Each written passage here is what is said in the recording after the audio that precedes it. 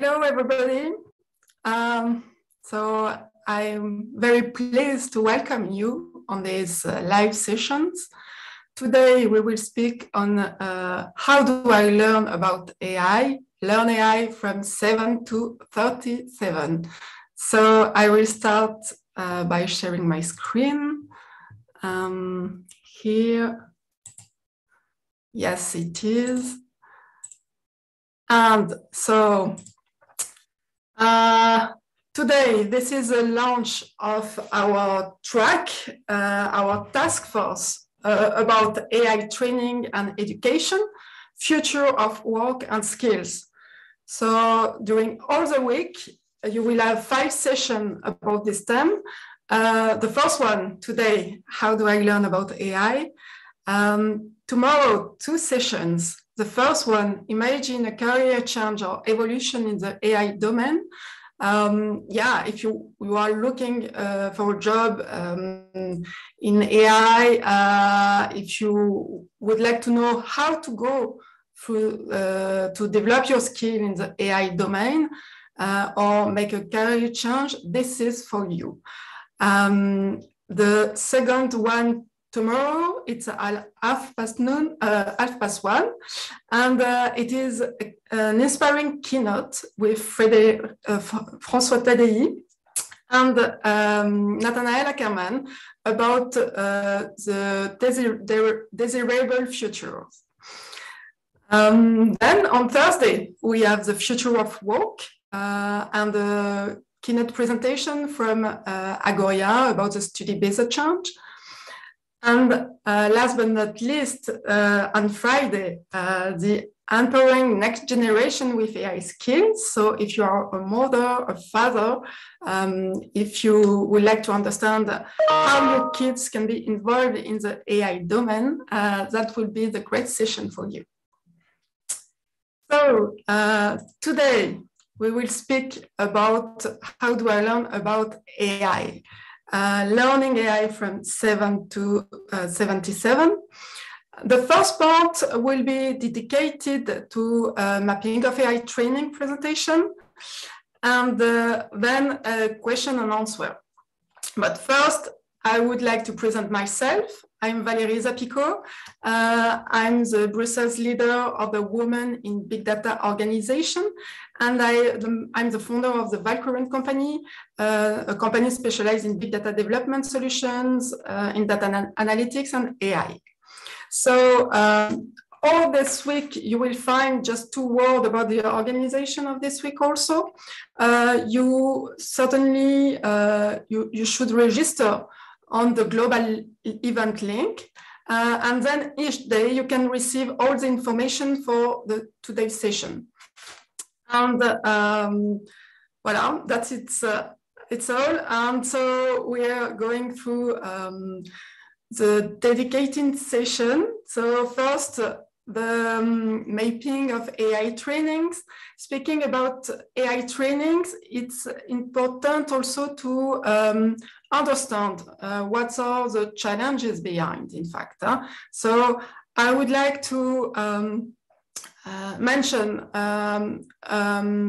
some figure about a recent study of McKinsey, that in Europe, we have around 50% of our current work activities that are technically automatable in all sectors. So that means all people will be impacted.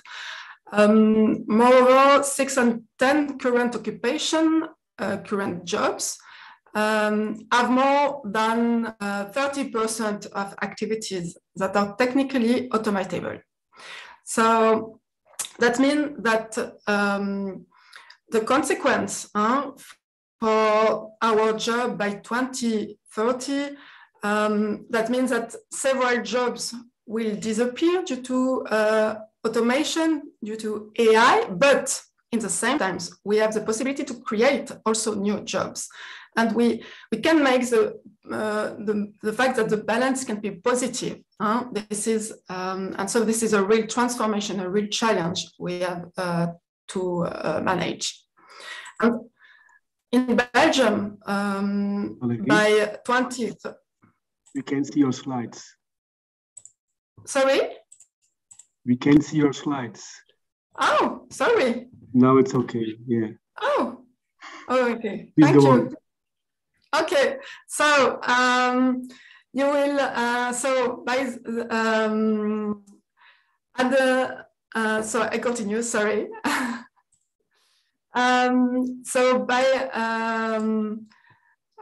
So in Belgium, what are the challenges? The challenges are really there is to make all the people, all the workers, about 4.5 million of workers, we have to make that they should update the skills on a recurring way. To be prepared for this transformation. And the other challenge is to retrain more than 300,000 workers and job seekers. So this is a big challenge, and the risk if you not do anything is that we can have more than 500,000 unfilled jobs. So the challenge is here.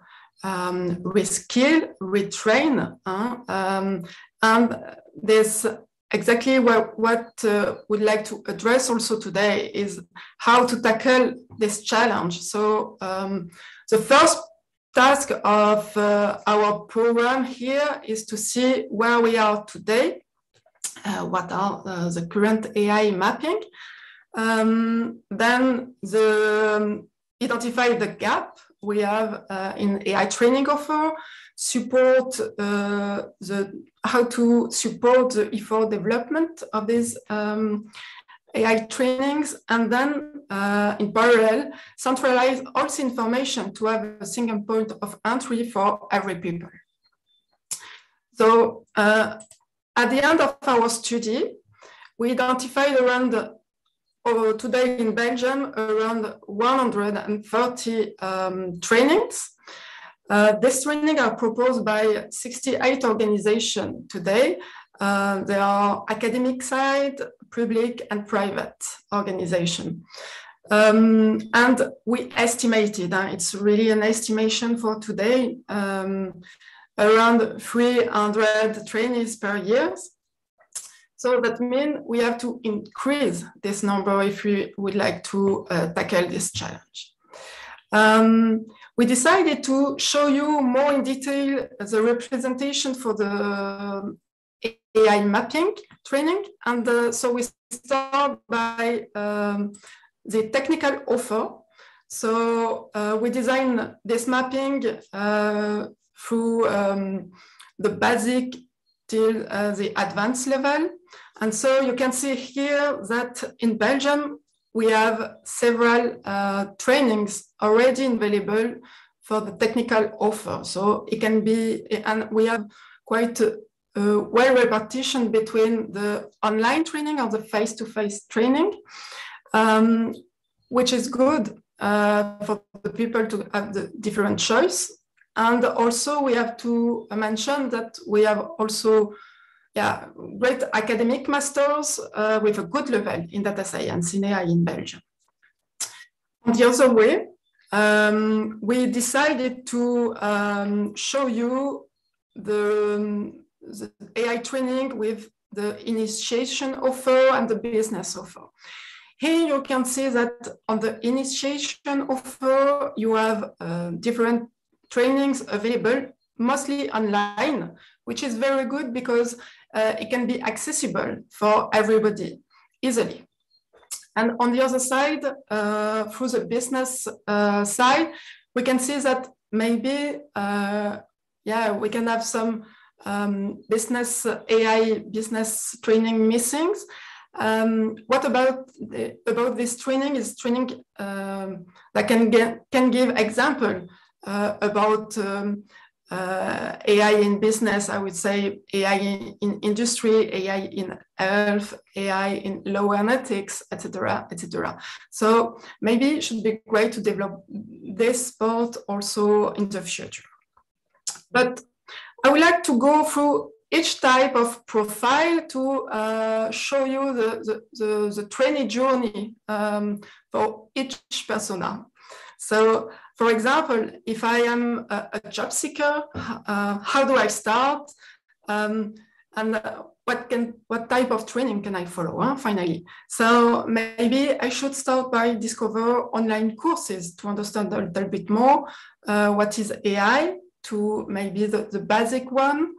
And then would be interesting to follow maybe training proposed by for work agency, Forum, BDAB, Bruxelles Formation.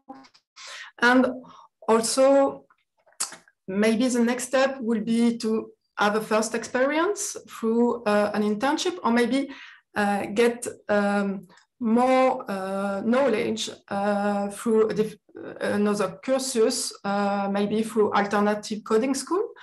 But the important point maybe is to mention that it's important to get experience, and maybe internship is a good way to start also.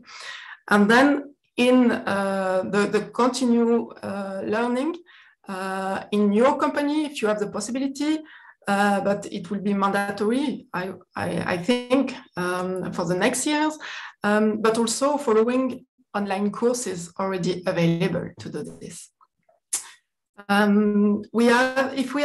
If you are a developer, so you have already some algorithm skills, and maybe you should be more familiar with the technical side. So maybe it should be interesting to start by online general discovery courses, and maybe go more in detail for the technical side.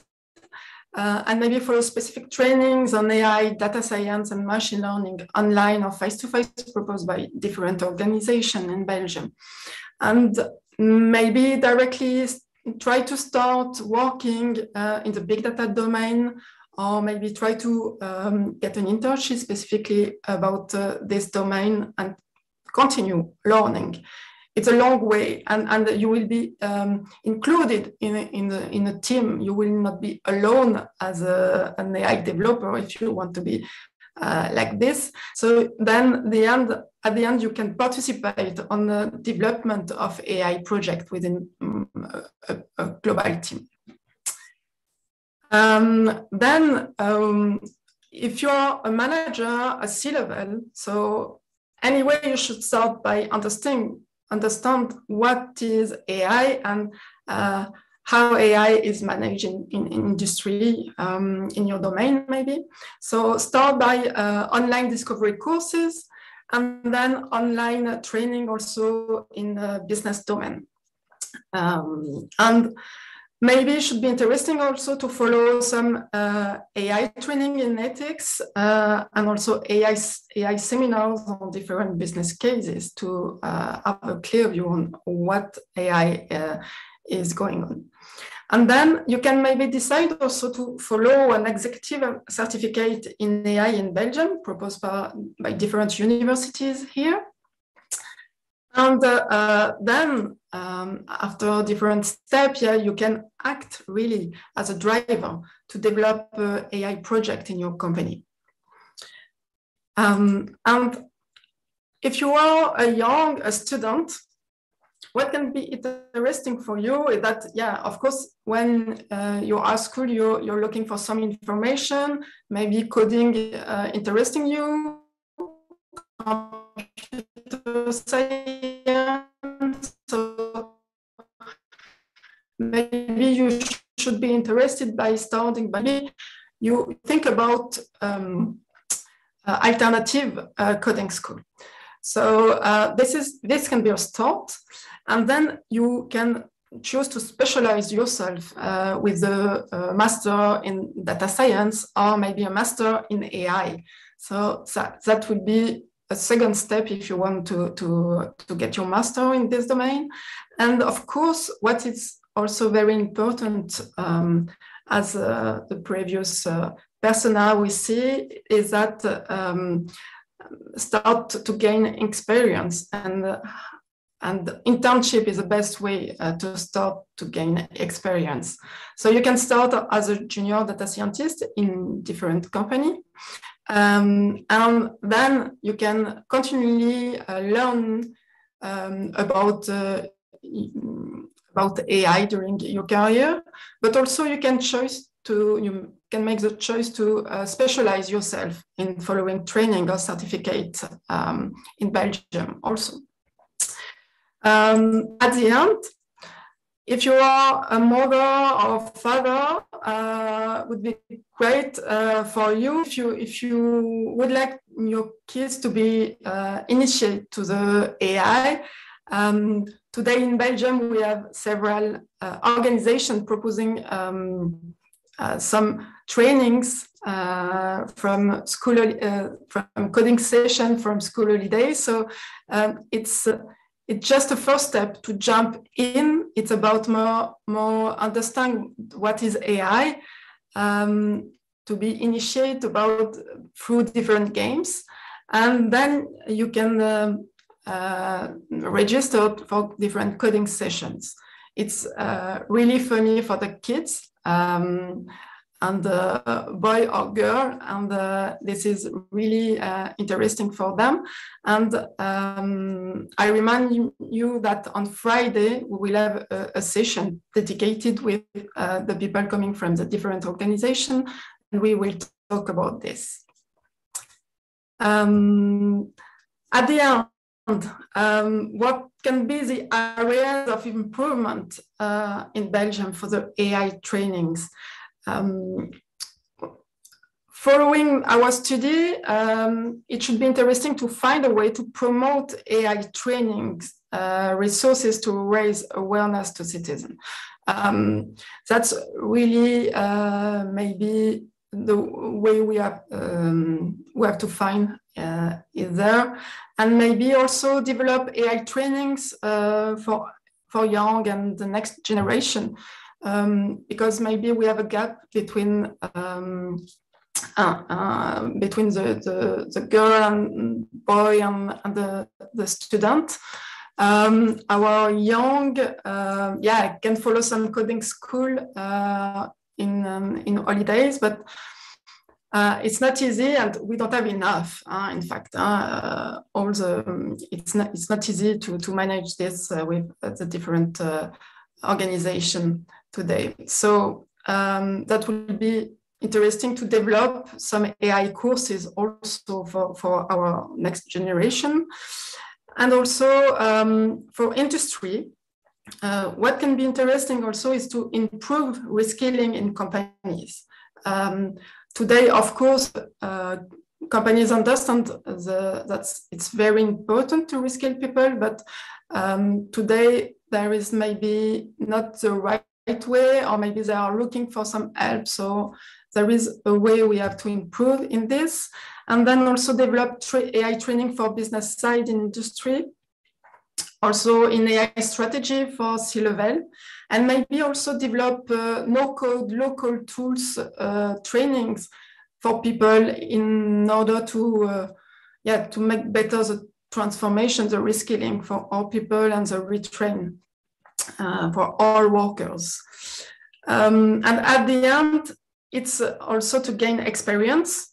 So the best way to get experience when you ended a course, when you ended a training, it's the internship. And so a good way would be to democratize a long-term internship, because we don't manage an AI project in 1 month or 2 months. We need more time, of course. So that would be great to get this. But in fact, how to support this, how to support all this development of AI training. And finally, since 2020, the different government understand the emergency of this challenge, and each one support AI training development via different financial levels. So this is really a good news. And this is part also of a more European global project. And in Belgium, we will have now the DigiSkill platform.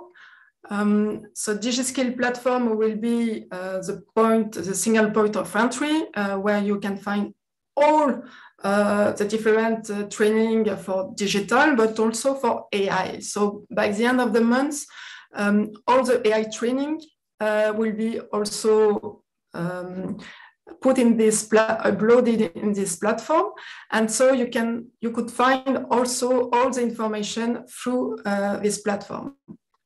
So that would be the central tool to get information about digital skills. So I would like to thank you, AI for Belgium. I would like to thank you, Nathanael Ackermans, and all the contributors to this study. This is just the first step, and we will continue working on this task force after, of course. Then I would like to call Saskia van Uffelen. So she leads the National Coalitions for Digital Skill and Job for Belgium. Welcome, Saskia. Thank you, Valerie. So she will moderate our panel for the next hour.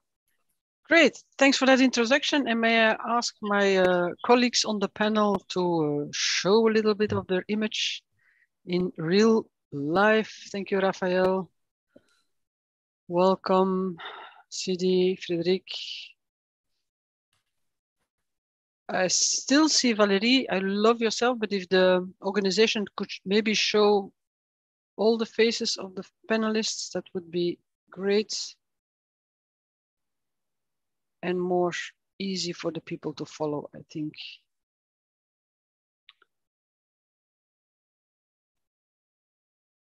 So I suppose it will happen in the meantime.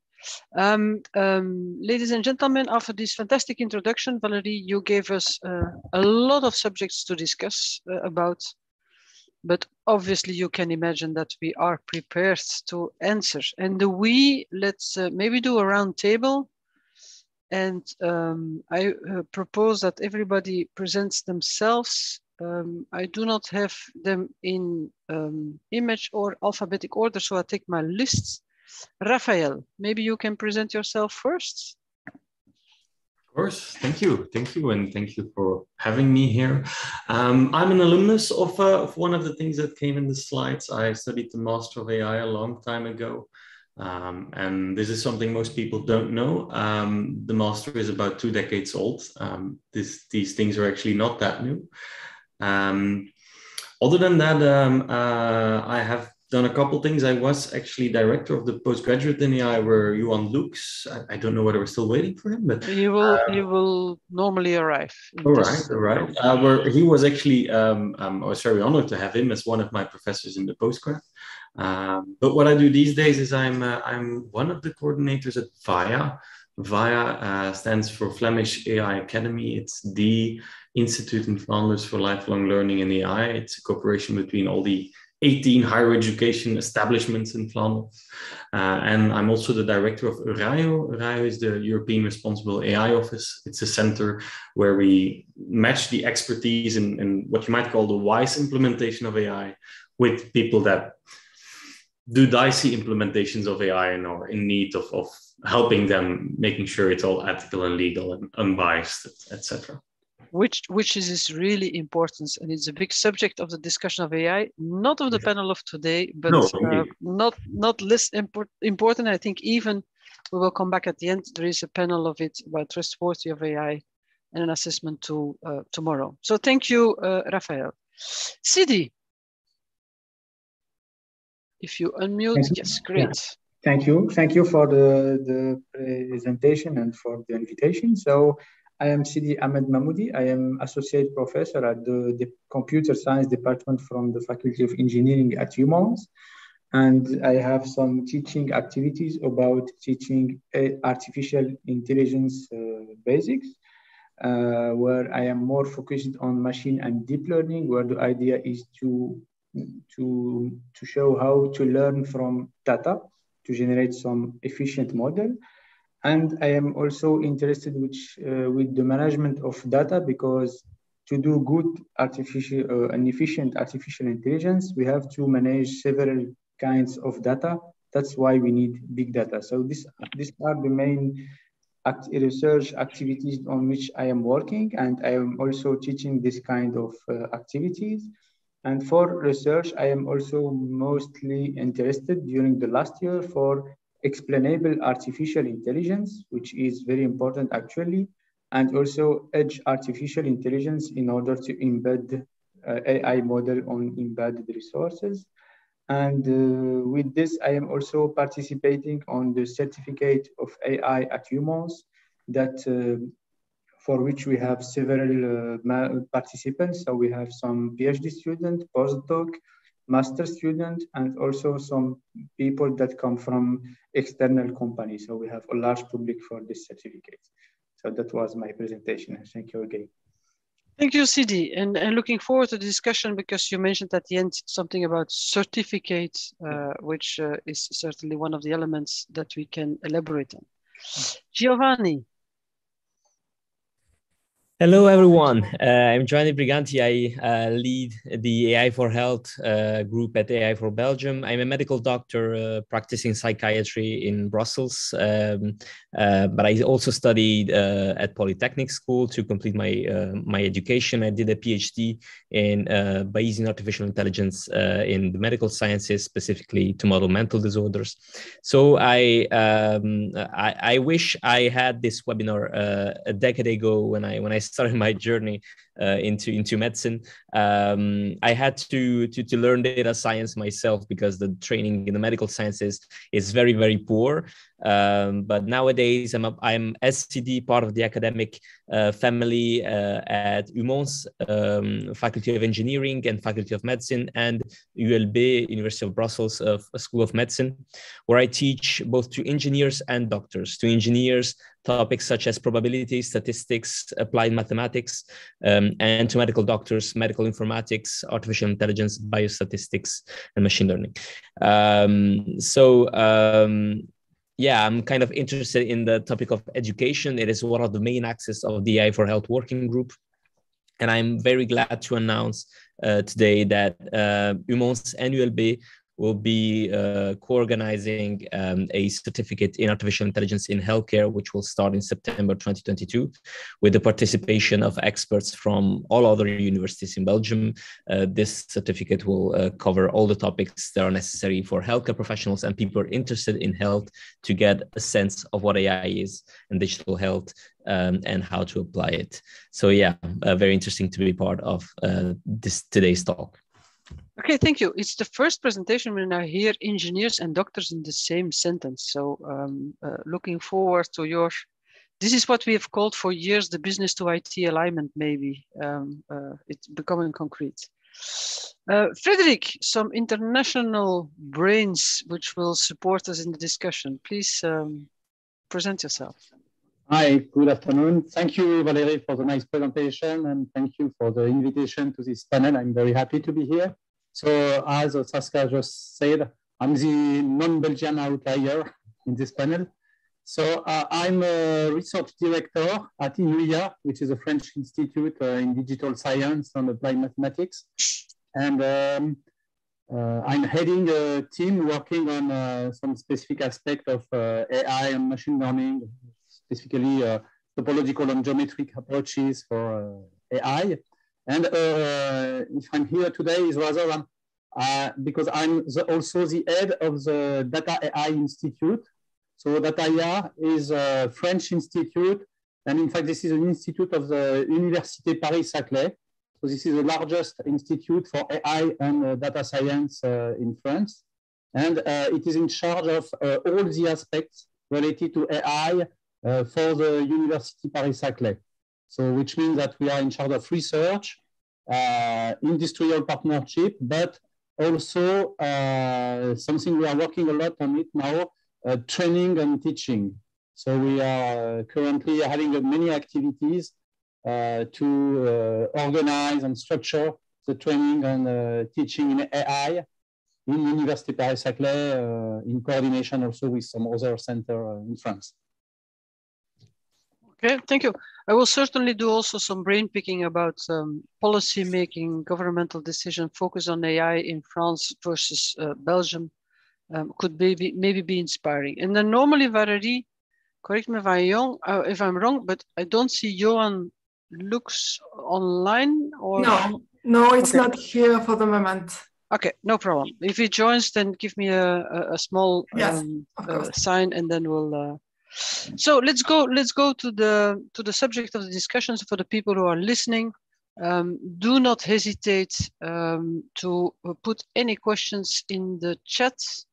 Some people will try to read them in parallel, and we will certainly integrate. It's your panel, it's not mine, so it's your questions and it's their answers. What an easy job do I have. So let's maybe first go to the presentation that Valérie has presented earlier. And I would like just to ask for France, Frédéric, it's obviously you, but Belgium is more complex than France. We have a few regions. So maybe we can have a regional view on the presentation done.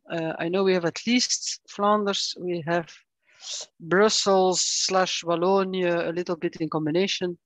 So Raphael, maybe you first. What are your, do we have a vision on an AI strategy for learning? Because this is the panel specific. How do I learn about AI? Do we have a vision, a strategy in Flanders on AI learning? It's as you say, it will not be Belgium. It will be a Flemish strategy and a Brussels strategy and a Wallonian strategy. And we would love to work together as much as possible, but it will be coming from those regions mainly. We do.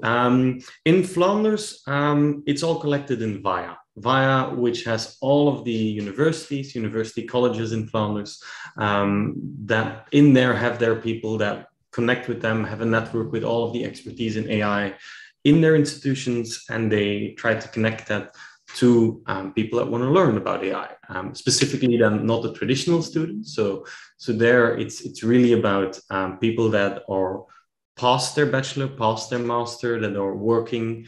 Flanders has other programs as well. It's actually bigger than what's mentioned on the slides, but that was maybe the federal numbers of the 60 million, because actually, and that was specifically in training, the overall budget in Flanders is actually over 30 million, but that includes research.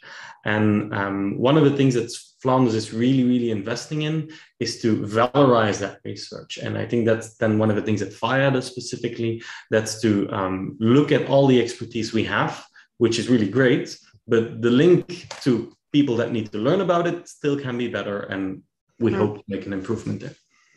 And that's certainly a subject which we will touch on. I think it was also the awareness part in Valérie's presentation, which is a channel. So let's maybe switch to Brussels / Wallonia, because you're Brugman, you Mons, Brussels, Giovanna, maybe first you. Yeah, well, in Brussels and Wallonia, there are also plenty of opportunities to learn about AI. Of course, at ULB, UCL, KU Leuven, UZ, VUB, there are several opportunities to learn about AI. This often, as the same goes for Wallonia, as we have the certificate in AI done by University of Mons, which is really open to any background as long as people are interested to engage. I will let Sidi talk about that a bit, because he coordinates the certificate. Of course, in the Wallonian and Brussels side, the French-speaking universities are all coming together in the Trail Institute, which is an inter-university certificate, inter-university institute brought by Thierry Dutoit and Benoît Mac. So University of Mons and UC Louvain to coordinate the research activities and the teaching activities in the domains of AI. Trail closely cooperates with Digital Wallonia for AI, which offers trainings and conferences and webinars surrounding the topic of AI. So plenty of opportunities to learn about that. What we now need, and this I will never stress it enough, we need trainings that will be open to non-technical background, people with not technical background, that we need to bring in the technical background, because we cannot learn AI if we do not approach the technical background. Of course, non-technical topics are also as important as the technical ones, but to really master the non-technical topics and really solve the big non-technical issues, one must also master the technical ones. Yeah. Before I give the word to Sidi on the certificates, maybe you already mentioned it. Digital Wallonia for AI is a little bit regrouping what Valerie has done for Belgium, what is already and trying to make the ecosystem work. What you certainly refer to. Sidi, I think you have been just given the button to react on it, so I will leave you. Thank you. Okay, I think that at UMOS we have a vision on, in fact, that we want to work together between universities and also together between universities and industries. So the idea, what we have proposed for the certificate at UMOS, for example, so we have a public which is combined from there is some master students, so there is some PhD student, there is some postdoc, and there is also the engineers or developers that come from companies. So we have this different kind of profiles, and we have tried to adapt our formation by thinking about 3 points. So the first thing is that we have tried to make some general introduction about AI, and then start working on some hands-on lab. So the idea is to propose some practical exercise for participants in order to evaluate their knowledge and advance in the future. And with this, we propose also some seminars to give some general idea of the artificial intelligence and how AI is used in different kind of domains, such as society, health, and etc. And the third thing, we propose a workshop on which the student or the members will participate together in an hackathon. So they have to propose a project on which we have to include all what we have learned. So these 3 steps allowed for our participants to be more familiar about what we do actually with artificial intelligence, and also to collaborate between people coming from industry and people that are from university. And it was really so helpful for us. For example, with me, I have some PhD students that work some problems of AI, but they really would like to work some real use case applications. And thanks to this collaboration, for example, we had founded several collaborations, and we have some real use case on which some PhD students are working on that. So this kind of collaboration is really useful. And I can complete with another thing is that for the collaboration between universities, lastly, we were participating in the Trail Institute and also the ARIAC project, which include 5 universities in Belgium, so UCL, ULB, UMOS, ULiège, and UNAMIR.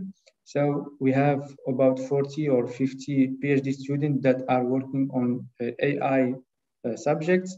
And this kind of collaboration allowed us also to go more faster, because AI is so evolving and very fastly. And actually, thanks to these collaborations, we can stay updated about this evolution of technology.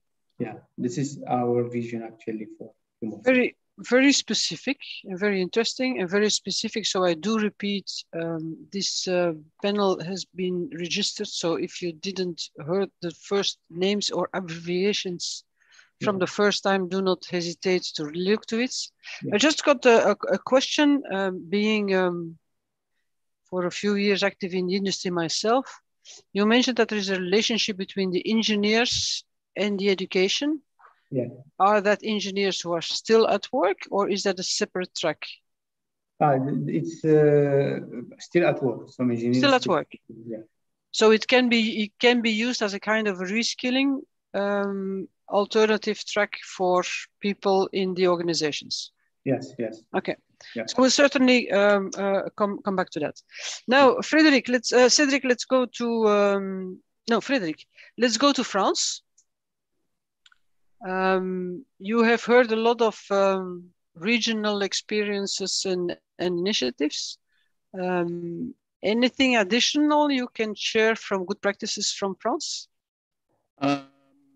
No, that's very interesting. I think in France, we are, just to mention a little bit, a few words about the situation in France. In France, we have some kind of a general strategy from the government for AI that was launched during last fall.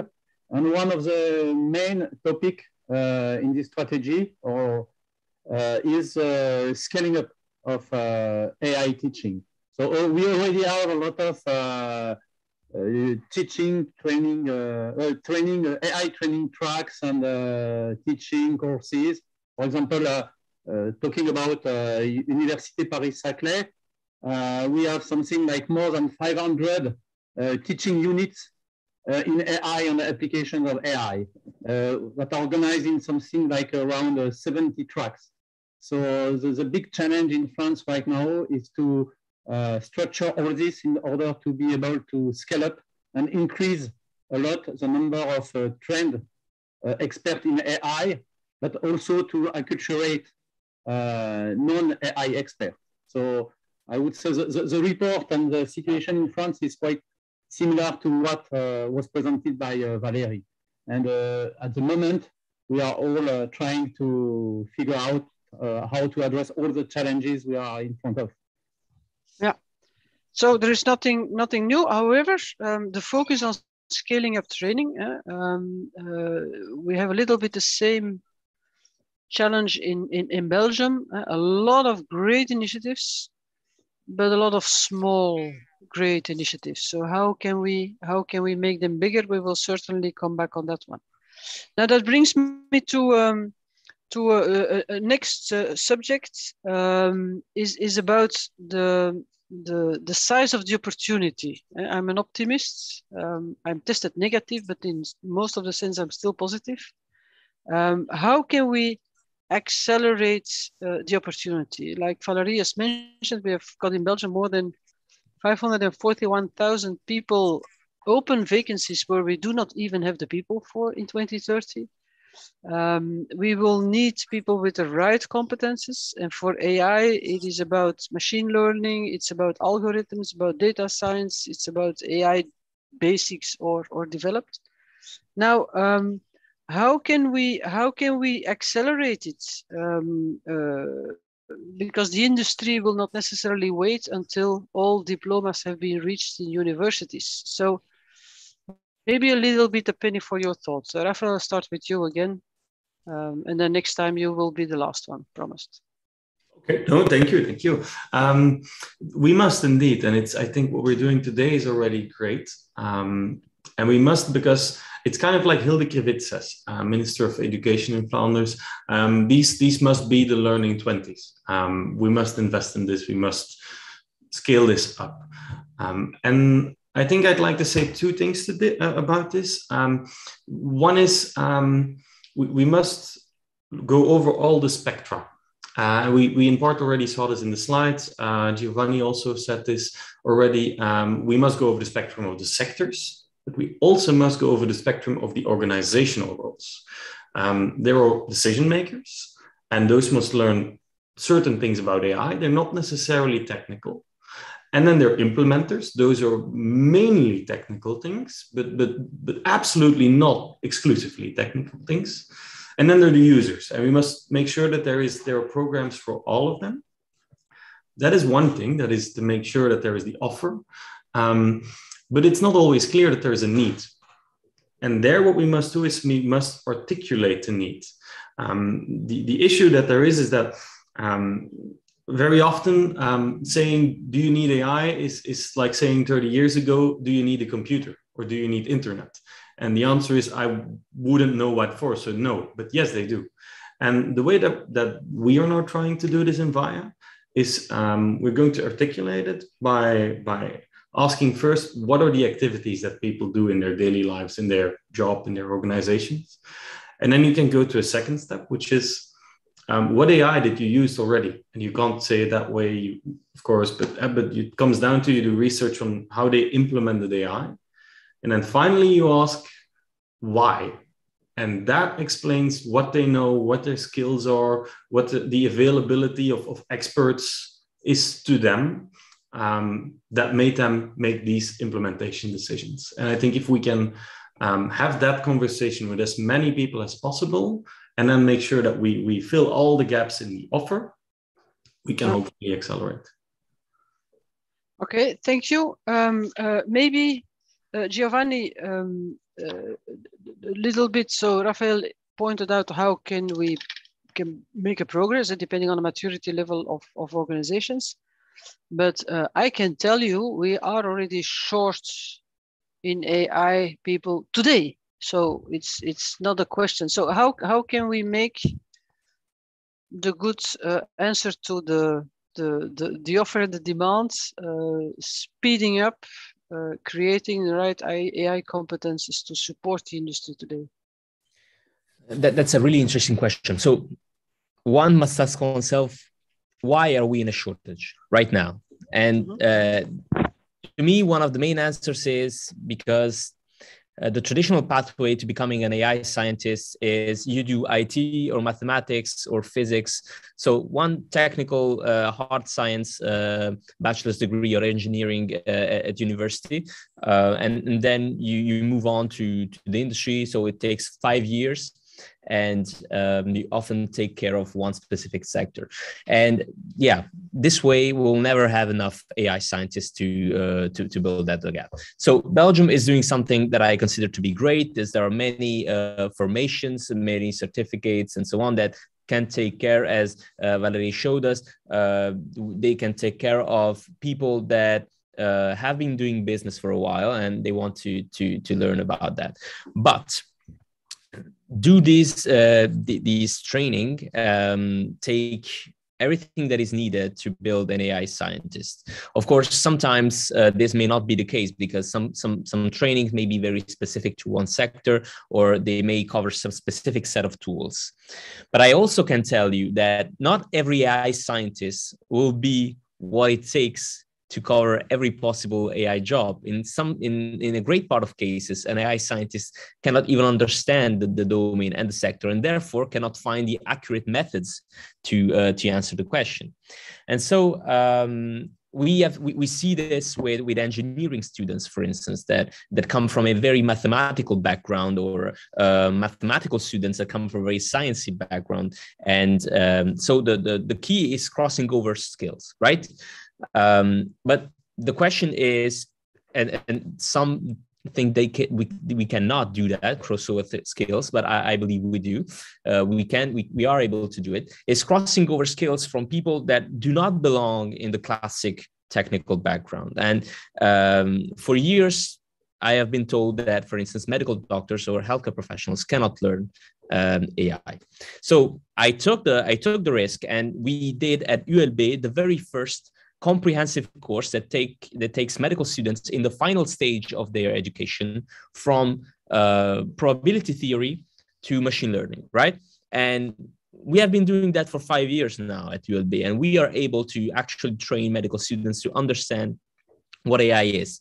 What this means is, nowadays in our hospitals in Belgium, we do have doctors that can sit at a table with an engineer and talk about software and talk about how we can actually take an AI idea or a workflow at the hospital and integrate an AI solution, and talk technical terms, talk accuracy, talking validation, talking algorithms. So this can be done.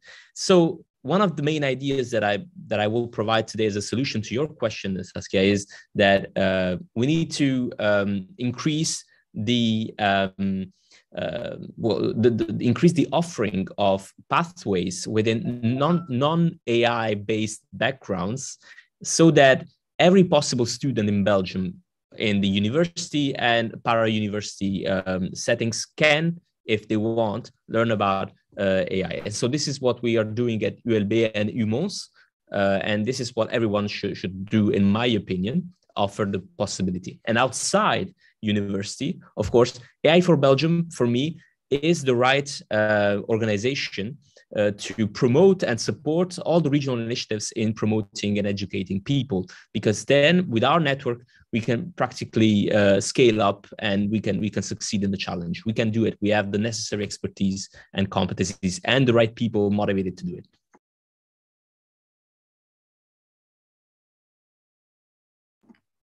Saskia, you're muted.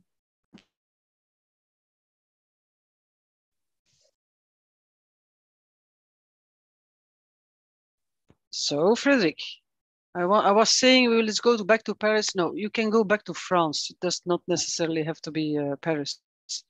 We've just been discussing that on the university level.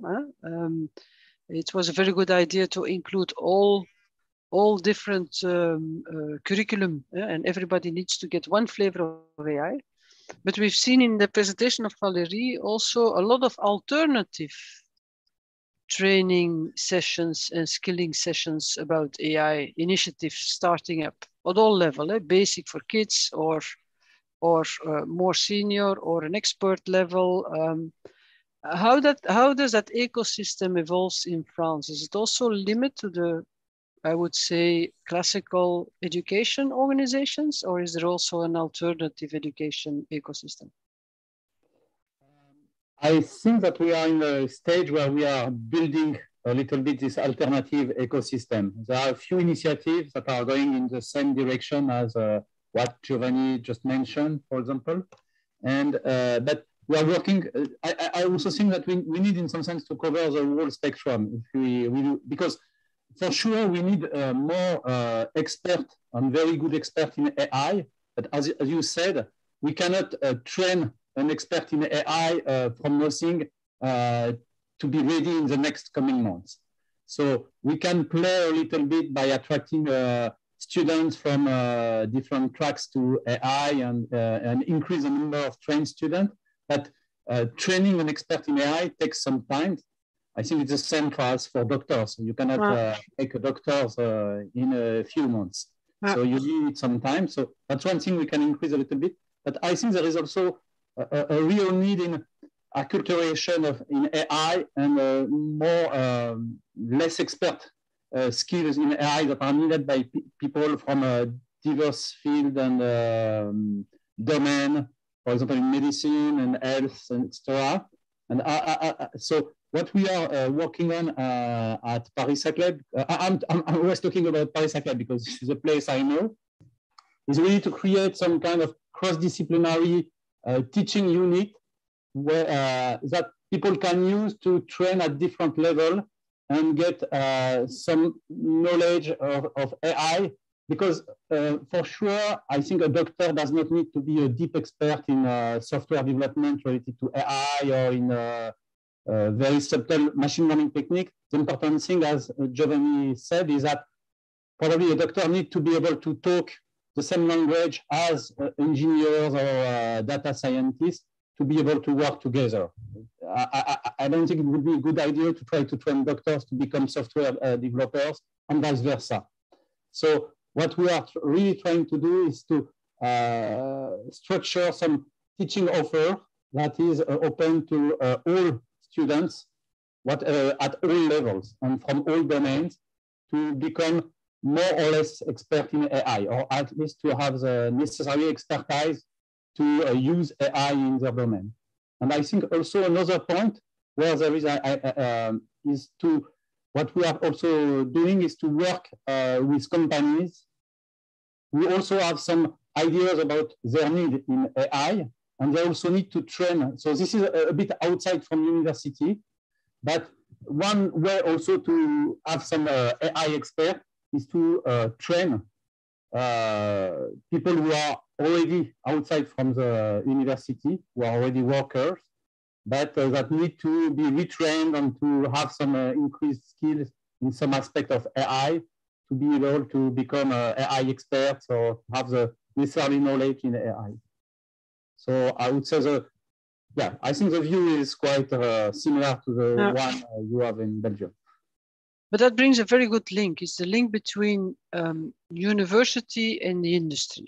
I'm having an industry background, so I should be, as a moderator, completely neutral. In this question, I will not be neutral, so you're warned. I'm not respecting the rules of a good moderator. But I've got a feeling that I've got a lot of people which are too old to be part of the classical student profile.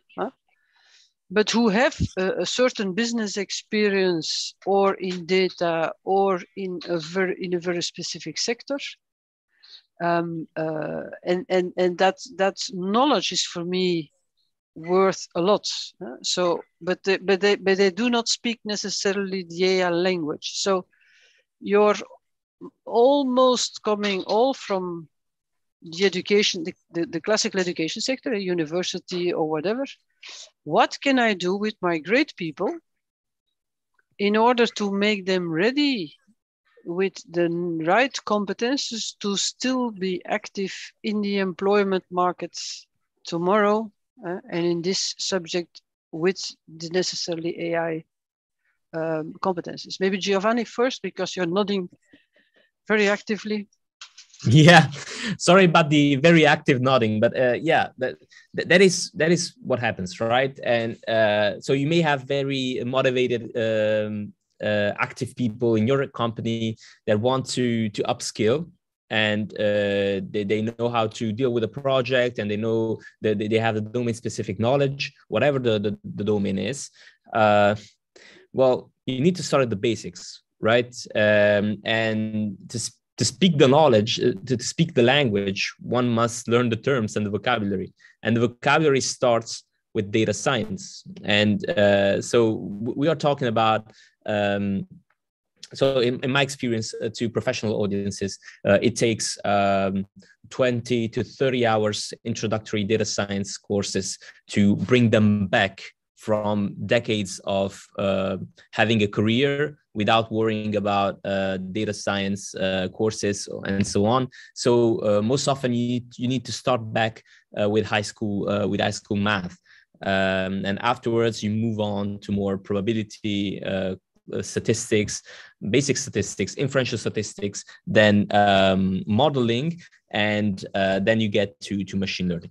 So I've had multiple times the occasion to teach people from the industry, generally the pharma or business, and generally with 30 to 40 hours introductory course, we can speak the same language at first. And then my best way is having to deal with a data set, and this is how you actually get into the business, and getting with a data set to actually learn how to code to solve a very specific problem. And by solving a set of statistical problems to deal with a data set, this is how you get in the business, and this is how you get into terminology, and this is how you upskill. What softwares to learn? In my opinion, R and Python are the two softwares the one may need to learn to get into the AI business and to be competitive.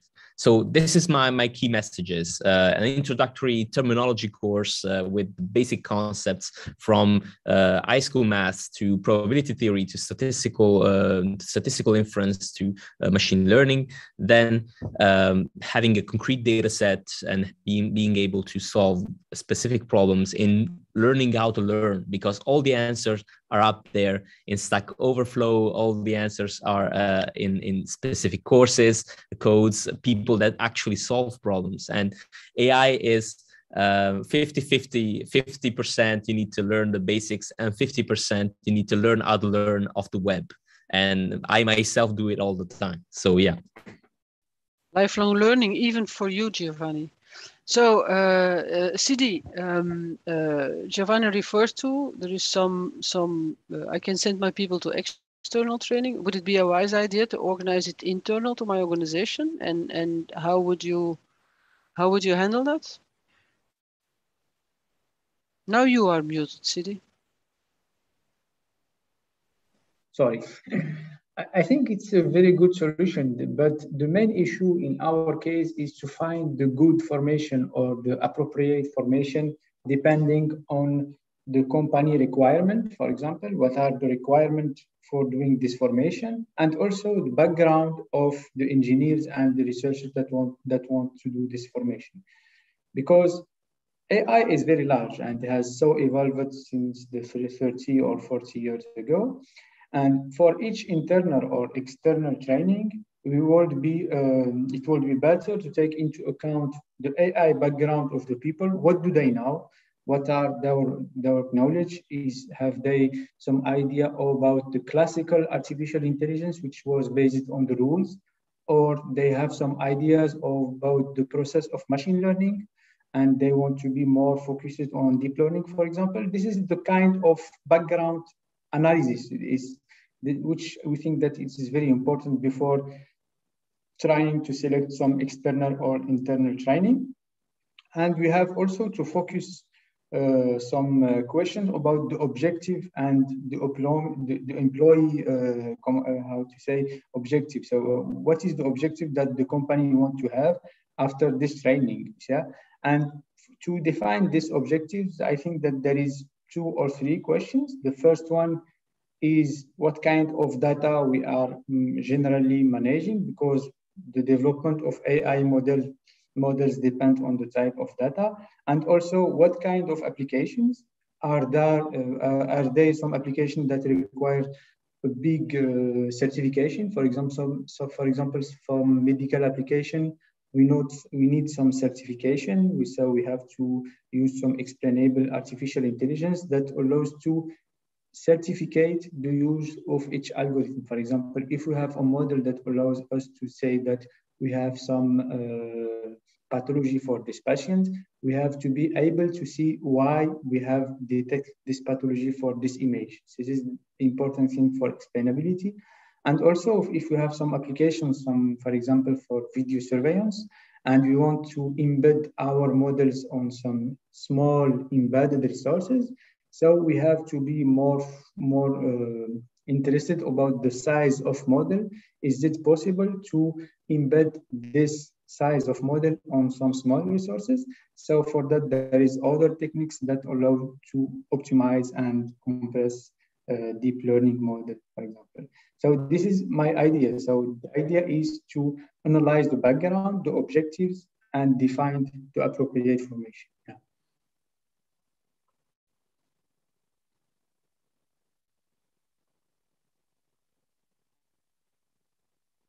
I don't listen. Saskia, you were still muted, I think. I will win the prize of being muted. Sorry for that. But it's because people are running around in a very old building and the parquet is making noise. So that's why I tried to mute. Sorry for that. Raphael, the turn is yours. We are talking about one hand the education sector, which is in the case of the people in the panel, mostly the regular education and university or high school education, and the industry. But sometimes life is not like that anymore. In the world of lifelong learning, it is not that a person is born, primary school, secondary school, then high school or university, then I start my career, and at 67 in Belgium, I start enjoying life. Now it's a world of constant learning. So do you think there is enough interaction today between the industries and the education parts in order to evolve to a world where it's not a question of only a diploma as a key to the employment markets, but as a plan for the rest of your life? It's as you say, because I completely agree with what you said.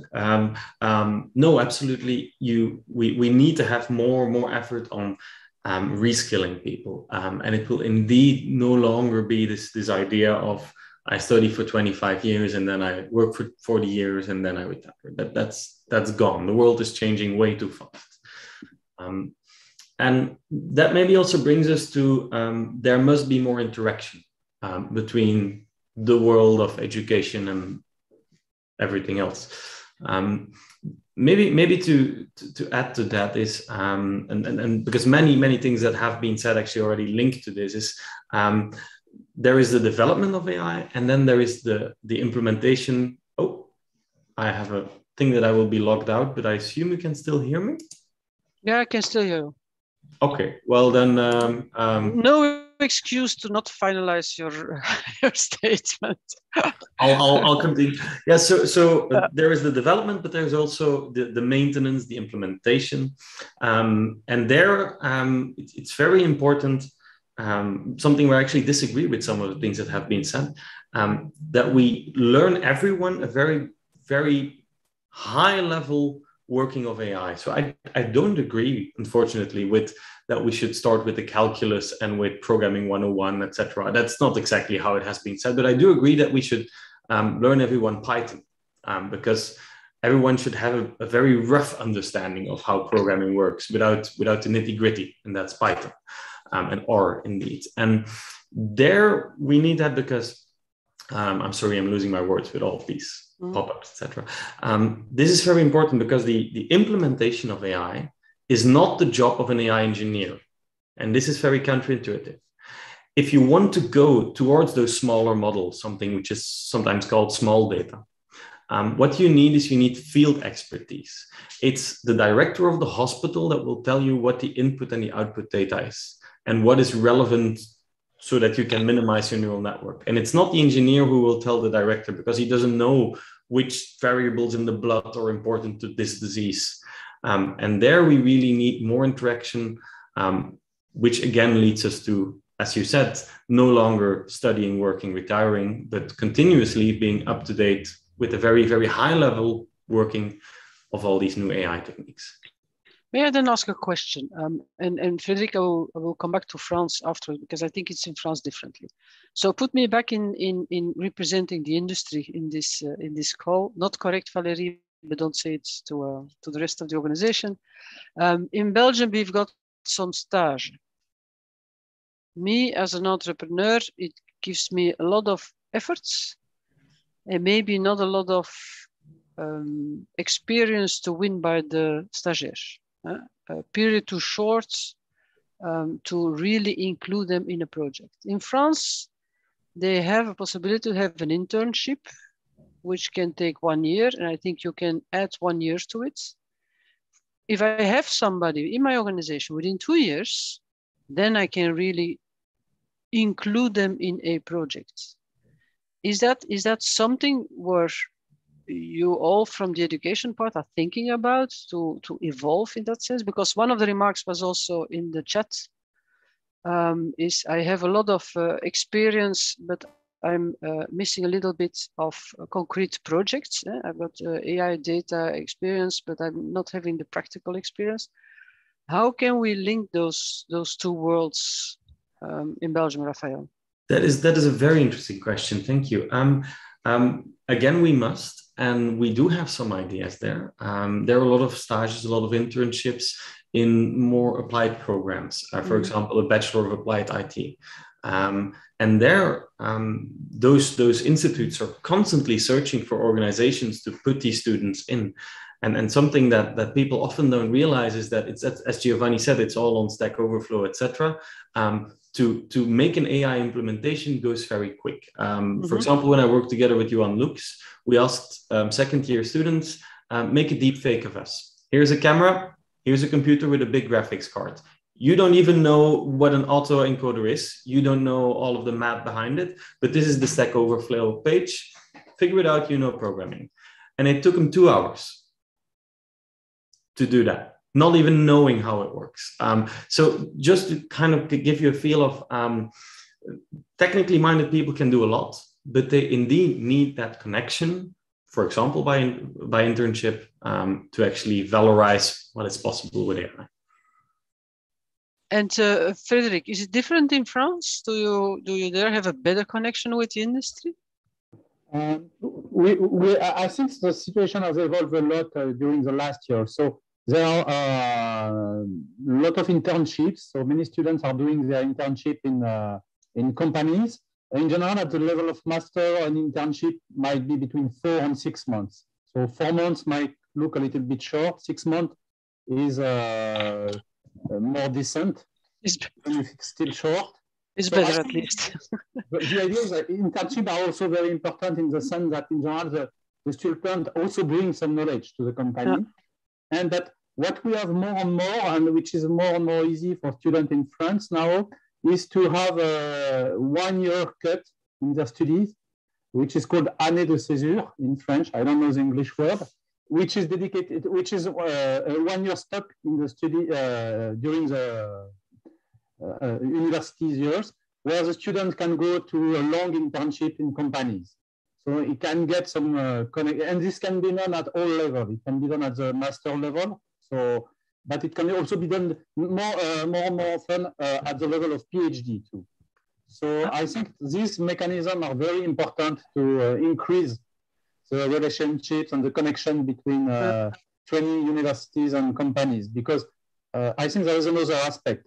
Companies, at least in France, are in general quite happy as long as we have good students to welcome this kind of interns, because we're also facing a problem. Companies have many difficulties to hire good young experts in AI. Mm-hmm. So they are very happy when they can try to attract them before the end of their studies. So having an intern sometimes is a good way to get a PhD student doing his PhD in the company, or to get a future engineer. So yeah, it brings also the next generation into the organization. If talking about sustainable talent management and diversity, I think it could be a good answer. How was that internship called? I didn't understand the French name. This is what I don't know the English name, but this is name année de césure in French. So maybe you should put it a little bit in the chat if you have time, and it can inspire maybe some Belgian organization. Then the idea is that you stop studying for 1 year, but during this year you go for internships in companies. So, for example, we have a program at Université Paris, Saclay, for master students, where they can stop between I think the first and second year of master. They can have the 1 year when they do internships, projects, etc., with companies. Okay. And I think that's good for companies, that's good for students too, because this is also a first opportunity to meet the world of companies, where people are working differently than what they are used to. Yeah. So I really think we need to promote this kind of things. Yeah, exactly. And I think indeed that's one of the aspects Raphael, Giovanni, and Sidi were also for Belgium. I think we have alternative programs, but maybe not necessarily known by everybody. But that could be a good solution to link better the industry with the education sector. A second part of that question is the reskilling. No, it's first the financial model of the universities in Belgium. It is focused on research and it's focused on education. In order to challenge a little bit the challenges that Valérie has shown in the presentation, should we maybe tune a little bit the financial model of a university or a high school? This is an unprepared, completely surprising question. So raise your hand if you would like to. Giovanni, go ahead. Well, university nowadays, to deal with particularly innovative programs that are not necessarily built in what is statutorily the program list of a university. I'm talking about bachelor's or master's degree. Those are kind of carved in stone, and they can seldom be modified, at least in the French-speaking side. When one program is born, another has to die. The number of programs is totally cannot be shown. But university have found a clever way out of this. And with financing, that is continuing education. Continuing education roughly resembles the US kind of model of education, where people can inscribe and they have a previous diploma and they can get a certificate or an executive master's degree or specialized master's degree to acquire specific skills. There is where industry and university may be linked, because industry send off many people to ongoing education. I will take it as an example, the Université Libre de Bruxelles pharmaceutical practical medicine program. It is recognized among the pharmaceutical companies as the program to go to when we want to train pharma executives. These kind of initiatives need to multiply. But of course, it is a lot of effort for universities, because they need to find professors to speak to these programs. And the main problem is, since it's a private thinking of education, then people who will intervene in these programs will not have the status of professor, and they will not have the financial advantages. This is what we need to tackle. To strengthen ongoing education, we need to go pick the experts from the field that are able to educate, and this is where the financing part will be hard. Okay, thank you, Giovanni. Raphael or Sidi, you wanted to add something to it? Well, dare to add something? Well, maybe just a small thing that, it's as they say, a university is a research institution where accidentally they're teaching lessons. And then you have university college, which is a school where accidentally they're doing research. That were not my words. Let's just also not mine, but I must admit that they're not too far from the truth. Let's say that there's some grain of truth in there at the very least. And it's bringing those together, of course, and it's indeed there, but I can't add much to what Giovanni wonderfully said, that I think there is some opportunity. I'll go a step further. So we have now discussed the Johan. Good afternoon. Welcome to this team. I see your camera on, so I will take you on the spot, interrupt this very interesting discussion, and maybe give you the opportunity to present yourself first.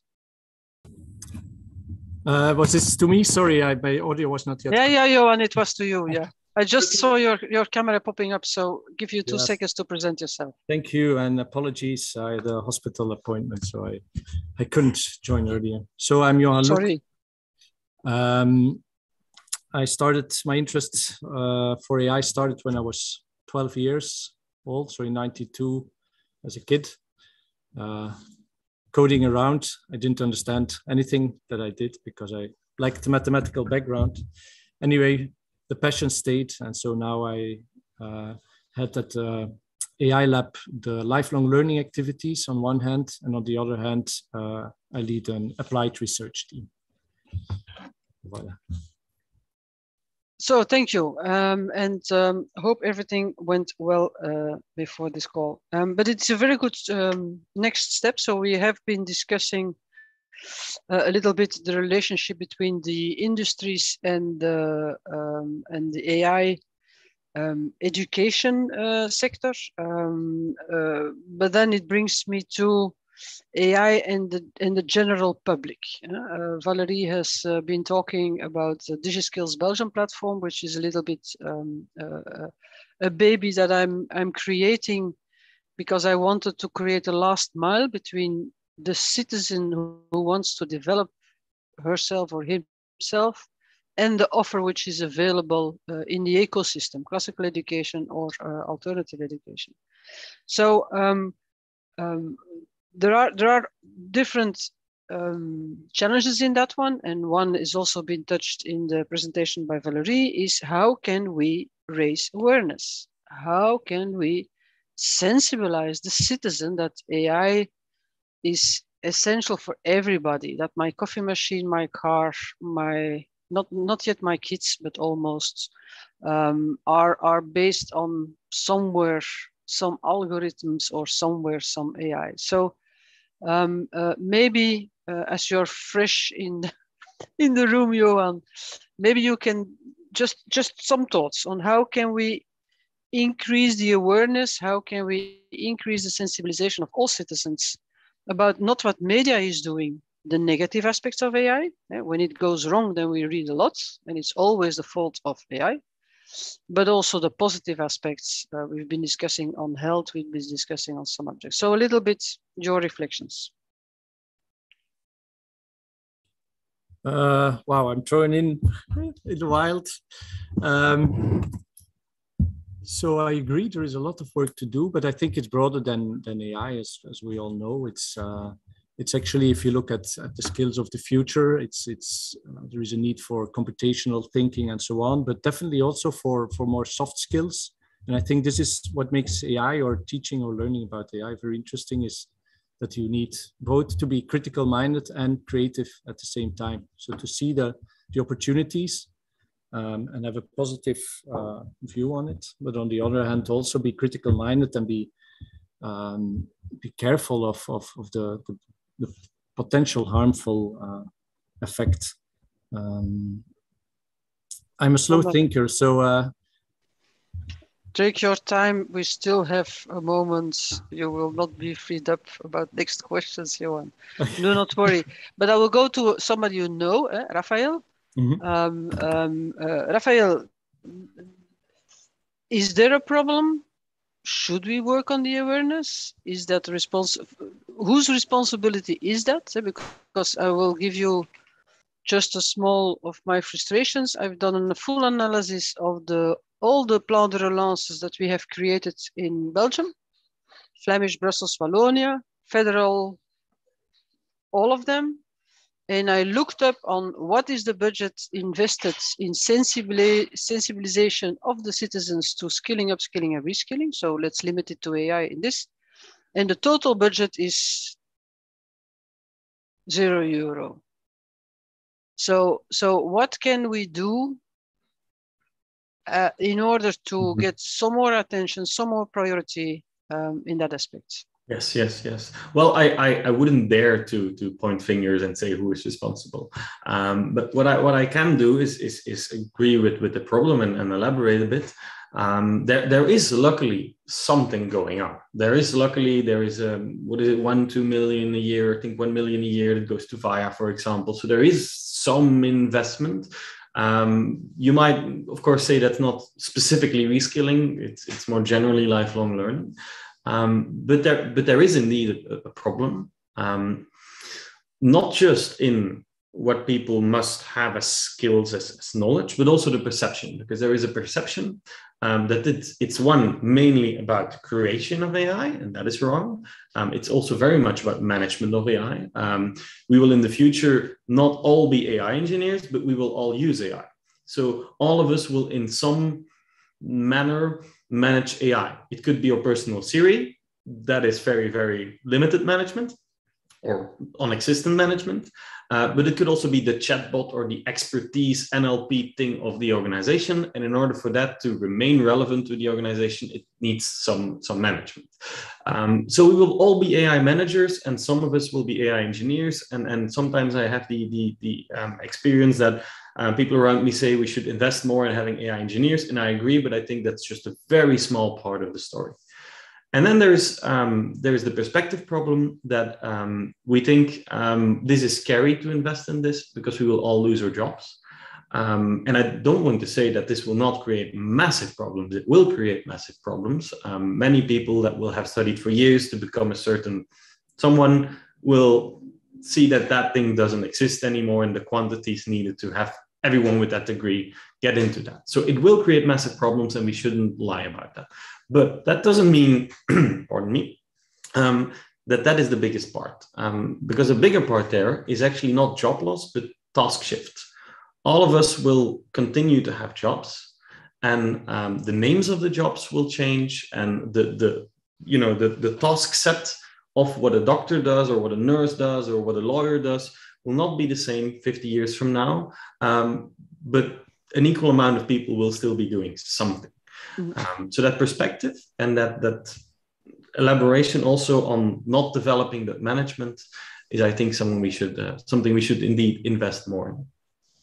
So it's confirmed. Justin and Valerie, I think Jeroen Franse from the Be the Change will elaborate on that in one of the next sessions. For each job that will be lost between brackets because of digitalization of the process, we will create 2.8 new jobs. Problem is that it's not the same tasks, so it's not the same competences. And it's very difficult to find an elephant who can fly, sing, dance, and is 200 grams with 37 years of experience. So we also need to do something on how we go to the markets. Just switch back a little bit to France, Frédéric. Do you see in France an evolution on reskilling? Is it more the new generation, which then add to their competences out of university some practical experience? Or do you also see more appetite from the existing employees who wants to reskill them and then come to the university and say, "Coucou, what can you offer me?" Or is it too future vision? I'm not. Honestly, I don't know exactly. I don't have any precise statistics about this, so it's quite difficult to answer this question. What I just wanted to point out is that I think the challenge also of awareness about AI is not only the problem of job who are going to change.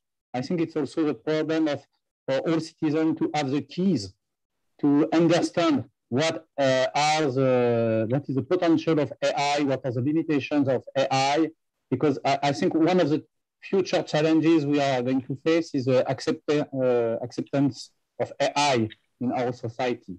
And what we see a lot is, I think, is that people are sometimes afraid about AI, not necessarily because of jobs, but because I think they are aware that AI is more everywhere in their everyday life. They all have a smartphone, and I think that if you ask almost anybody, he will be aware that in his smartphone there are some AI in some way, and things are going on. But when you try to know what he believes, what people believe about what this AI is doing, and this is where we realize that how far we are from having some kind of decent culture and understanding of what AI is. So I think it's much more than just this fear of losing job or not having any more jobs. I think there is a general problems that we need to address. So great that only confirms the necessity of an AI week for Europe and the sessions we are doing. The only thing is we need to go from a small public of people to a large public of people. So Johan, okay? Yes. Okay. So just again, Penny, for your thoughts. How can we go to the larger public and wake them up and let them discover the beautiful side of AI? Yeah. So I think indeed. Well, it's more, I have a few comments on what has been said so far. So it's indeed, you have many people with fear, but I think an evenly big problem is over-attribution and believing that AI can do much more than it really can. And this is actually often a higher or a bigger reason for failure in projects than fear, because the fear is often not well argumented, and so can be taken away through education, for example. While if over-attribution, it creates dreams that then don't come true, and so on. So this is the first point. Second, I think on the what Raphael said on the economy and the new jobs, what is often forgotten is, I think, is the fact that the fabric of our economy will change, the nature and the kind of companies that we need. So it's not just upgrading the existing companies, the kind of companies, the structure of the economy will change. And that's really, I think, so something we should, of course, a lot of jobs will stay and so on. But it's as you see with the web, and I think this is a very good parallel to look at what happened in the early days of the web. Also for the roles of universities, the rules of the web are not made by policymakers, by universities. It's really a big corp. And then on the skills, I think I also agree with Raphael that we should be careful to not teach like Morse code, like 100 years ago with the coming of telecommunications. We should not teach how to to create Morse or communicate in Morse, but the impact and what it means for life. And of course, nobody could predict, but at least we can reflect on it. And then to answer finally your question. So I have the impression that a lot of people are not taking it serious, like what is happening. Also because it's often not very visible. It's behind the scenes, the products are changing, but it's slow.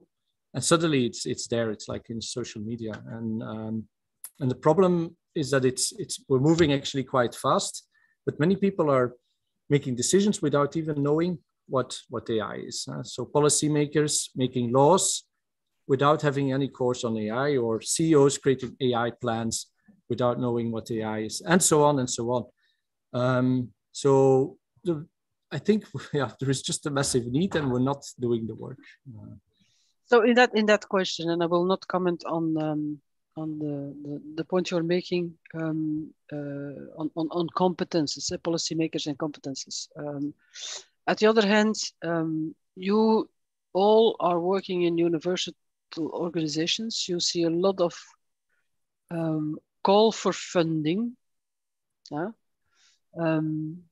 My impression is, but correct me if I'm wrong, that most of those call for fundings are, you have to deliver something. You have to deliver an application, you have to deliver a training, you have to deliver a product, let's call it simple for the sake of the communication.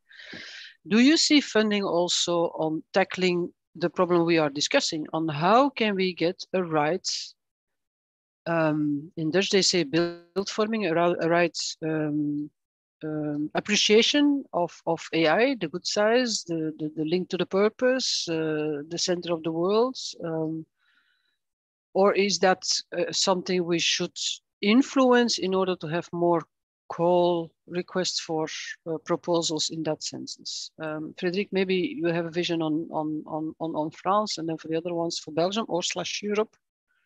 Any input? Raise your hands if you have visibility. So maybe for France, I'm not aware of some specific call for that, but I know that sometimes on some calls, people answer to these calls, in general are more research-oriented calls, trying to address this challenge or part of this kind of challenges. So I would say, as far as I know, maybe I'm not aware, I'm probably not aware of all the calls we have in France, but I'm not aware of such calls dedicated to this kind of things. But I'm aware of some projects that were funded to address related questions, including our institute, and but they got their funding not from a call dedicated to this. They just proposed this as a research team or as an objective. Okay, thank you. Johan? Yeah, so yeah, I agree. For example, Erasmus Plus funding, there's quite some budget to indeed investigate these issues. And at the VUB, for example, we have 2 of these projects to create learning materials for high school teachers to explain AI across disciplines. And so not only for STEM teachers, but also history, biology, and so on. But this is at a very small scale, of course. What is needed is a massive scale. And I think it's just not very hot or impressive. It's like empowering teachers, giving them more time, and this is very costly. And it's not spectacular, the outcome. It's very important, but yeah. But again, let's then this week and this call specifically help us to make it more tangible and more call to action and indicate the urgency and hope that it can inspire some people. I've got one last question before, and I say it already up front, and you have the time to reflect on it. Maybe that every of you can resume with one takeaway of the discussion and one call to action, preferable the one that you will go for the battle, but if it's not possible that you take it, then at least you make a suggestion that somebody else can take up the battle. to make progress. And my question is around, we are talking a lot about education. I was having a discussion about education this morning, and guess what? We do not have enough people active in education. We do not have enough teachers, which is a challenge on its own. So how can we, at one hand, accelerate the movement? Because Valerie has shown that the clock is ticking, the time is going, the industry is asking for it. And the train of trainers and Professor Giovanni, you opened the door a little bit, saying we need people being capable of training the technical part, but you also need people with field expertise who learn to teach maybe. How could we solve and accelerate and find a solution for the teaching part challenge? It was a question for me, right? You may answer, Giovanni. Okay, so how do we solve the teaching part? Okay, so as I see it, there are two parts of that question. Is how do people realize that they need to be taught data science and AI? And in the healthcare side, we see it specifically with pharma companies, biotech companies that are realizing that mastering these topics is the future, and therefore are wanting to getting their people right. But getting their people to acknowledge that learning data science is empowerment. This just to link with what was being said before. We need to show them a vision. Mm-hmm. And once people are shown a vision and not mathematical formulas and not code, then people can actually adhere to the vision and being able to admit, yes, I want to learn that. I'm able to do. I'm willing to. And this is the first part, and this is what we are observing within the healthcare sector. Hospitals, they need people that understand these challenges. Pharma companies, biotech, and so on. So how do we have enough teachers? Well, it depends on how we define teachers, right? Are we talking college level professors that have 200 papers and that have 30 years of experience? Or are we talking about postdocs, PhD students that have an academic background? Or are we talking about domain expertise? So in my point of view, teachers can come in many shapes and forms, and to let them intertwine and is really the art of answering your question. For instance, in our program that will take shape in September, that will start in September on AI and digital health, we have assembled technical experts, but also non-technical experts that are used to deal with those problems. And these make all great teachers, but maybe 10% of them have an academic and research background, but all of them know how to deal with AI in very specific purposes. And so, the goal is getting the right people to have the time to teach and be rewarded as they are teaching is one of the first answers to the questions. But also opening our horizons about who the AI experts may be. Great, thank you. So let's a little bit convert. I do appreciate your transparent feedback, and Valerie, obviously this was only possible because of your good setting the scene in the beginning. So thank you for that. Let's do a tour de table with you, everybody. One takeaway and one call to action that or you will take as an action or that you suggest as an action. Let's start with who we started first. I think Rafael, you were first in introduction, so I'll give you the floor first. Right. Okay. I had more things, but I'll try to condense it. I'll say then two things then. One is we need to articulate the need here, and it connects with the second one. The small anecdote with the European Responsible AI Office, we went to a mayor of a city who planned to implement AI on social scoring connecting that to predictive policing. Was not aware of feedback loops, bias in AI, legal issues. Just to kind of show you anecdotally, we need to articulate the need. And the same goes for people that are not planning to implement the AI, where they could actually have a massively more humane job and more qualitative job if they would implement AI. And I think it connects with networking experts in what we're doing today, in VIA, in AI for Belgium. And it also connects to what has been said here, making the correct expectations. And I love that the word over-attribution has been used, because I think that's kind of the core here. There is I'll try to finish on this and I'll try to put it in 30 seconds. It's massively complicated, but I'll try. There are people that say one day there will be Terminator and the world will explode, and that's because of AI. And then there are people that say, if technology is about to do something you don't expect, you can pull the plug. And that will always work, and technology will never create problems. And it really is very, very, very, double here. There is not really a big middle ground.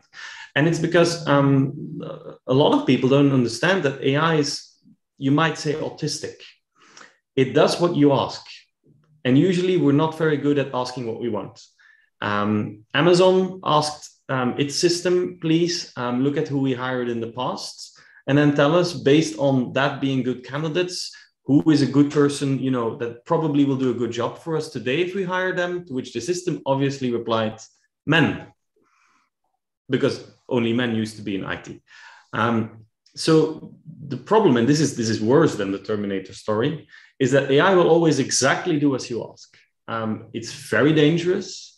It means that there are limitations. Even very smart AI is very stupid in that it's very autistic, but it can do a lot if you know that this is the story, and if we can network the expertise to get the experts to valorize their knowledge with the people in need of the knowledge. Thank you, Raphael. Clear. Sidi. Thank you. So I think that in my opinion, that's the main thing that I can say that is that with AI, we can solve several problems. But the idea is that several people think that with AI, we can solve all problems. So there is some confusion in that part. So with AI, we can be very precise, but we need, for example, to do some efficient AI, we cannot replace human. So this is another point of view. Because, for example, in order to train some AI models, we need some data which are mainly annotated by humans. So the human participation is very, very important. So without a human, we cannot do good AI. So there is a collaboration between the two aspects. And another thing that it is important is that with AI, we cannot solve all problems because we have still some challenges which are very important. For example, there is some people that say that AI models are represented such as black boxes. Because, for example, if you present some neural networks, we can present some solution and we can say that my model is efficient with 100%. But if you want to interpret the result, for the user, you cannot say him that you have this result because you have this value of weight or not. Yeah, it is not interpretable. That's why actually there is some challenge, which is to respond these questions by the question, which is, can we trust AI? So there is several actually solutions about that, which are very, very important. So any person that want to start doing AI, I think that it's important to think about this idea, because if we will develop model, we have to validate this model and we have to certificate them. So that's why we need to manage this point of view. Another thing is that for AI, can we deploy AI model in industry? For example, if we go to a company that we have some connected objects on which they have to deploy some AI models that has to treat this data coming from connected object. So they need to deploy the model within these construction sites. So they need to have some very, very small models. So this is another challenge that is very important in our side. And in this case of study, there is another domain which is called Edge AI. So the conclusion of me is that I can say that with AI, we can do a lot of good things with the collaboration with human, but there is a lot of challenges that are coming for the next years, such as XAI and Edge AI. Yeah. This is my point. Thank you. Thank you. And so let's also remind the people online that tomorrow there will be a session specifically on trustworthy AI in an assessment tool. So that can be an answer to your reflection on this one. Giovanni? I will be brief. Key message, let's build bridges between domain sectors and university and higher education to better retrain and reskill people. That is my key message that I take away from this topic. And a call, let us train non-technical people to AI and technical and non-technical aspects. Great, thanks. First is ecosystem, linking the dots. So that's exactly what the AI community also tries to do and help us with. Frederick, some views out of Paris? Okay, yeah. So first of all, I buy the previous key message that were given. I completely agree with them. I just want to add that I think that another key message is that, and it's also an observation, I think AI and teaching AI is a very exciting challenge in the sense that AI is a topic which is extremely fast evolving. So when you think about it, it's spreading out many domains, many companies, but we are still at the beginning of research, I would say. So for example, as CD was just mentioning, what do we mean by being confident with an AI model? How can we certificate it? How can we explain what AI is doing? All these questions are still in the domain of research. But at the same time, we are also using AI system in industry more and more. And the path between research and industrial use and also use of AI in society is extremely short. And I think in this perspective, we need to think about training in AI as something that has to be very agile. I think, it's, for example, my feeling is that it's very difficult to imagine what we will need in 10 years from now, when we will want to train people expert in AI. What kind of thing they will need? This is something which is not clear. And I think that probably a key message for me would be we need to think about teaching AI as some kind of something that needs to be agile, fast adaptive, and also in close connection with the people who are using AI in other fields, in companies, etc. It will only increase also as an answer to the sense of urgency if we do it really in an agile way, combined with the idea of Giovanni to create linking the dots and create the ecosystem. Johan, something for you to add? Yes, I think it's, well, I have many things to say, but so I won't say them because I'm late. It's such a pity, but we should not forget that we in the end are, it's AI is created by humans, so we're kind of meta creators, and we create algorithms that then perform tasks. And I think what we should, sometimes it seems as if we're in a deadlock, and we should stop playing victim of technology. It's a role that we often take in Europe.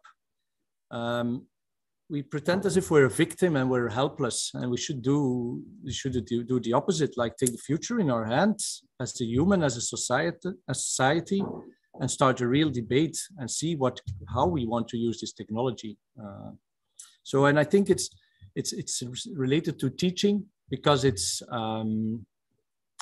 sometimes paralyzing us, and I think we should get out of this position. And certainly, if you want to inspire people and citizens, then it can certainly be very helpful. For the sake of timing, and I know this is for at least the people online, I only bear 3 minutes on the webinar. So congratulations to all of you that you have been capable to resist until the end. I want to thank all my panelists for all their insights and suggestions, and also on how we can solve and improve and work on the challenges that that Valerie has pointed out of the beginning. Valerie, if you do not see, I've tried to follow a little bit the questions, but I'm not sure that I captured them all. I think all the questions have been answered mainly in the chat. Then I propose that we give to the listeners maybe 10 minutes more break to get inspired by other things than a PC screen. And I hope that everybody will work in order to make for the children, the grandchildren, the industry, the university, and the education, the positive aspects of AI. And I hope to see a lot of sensibilization campaigns that will make it sexy and cool like it should be. So thank you for the opportunity. Thank you, dear panelists. Thank you, Valerie. And take care, all of you. Thank you, Saskia. Bye. Bye.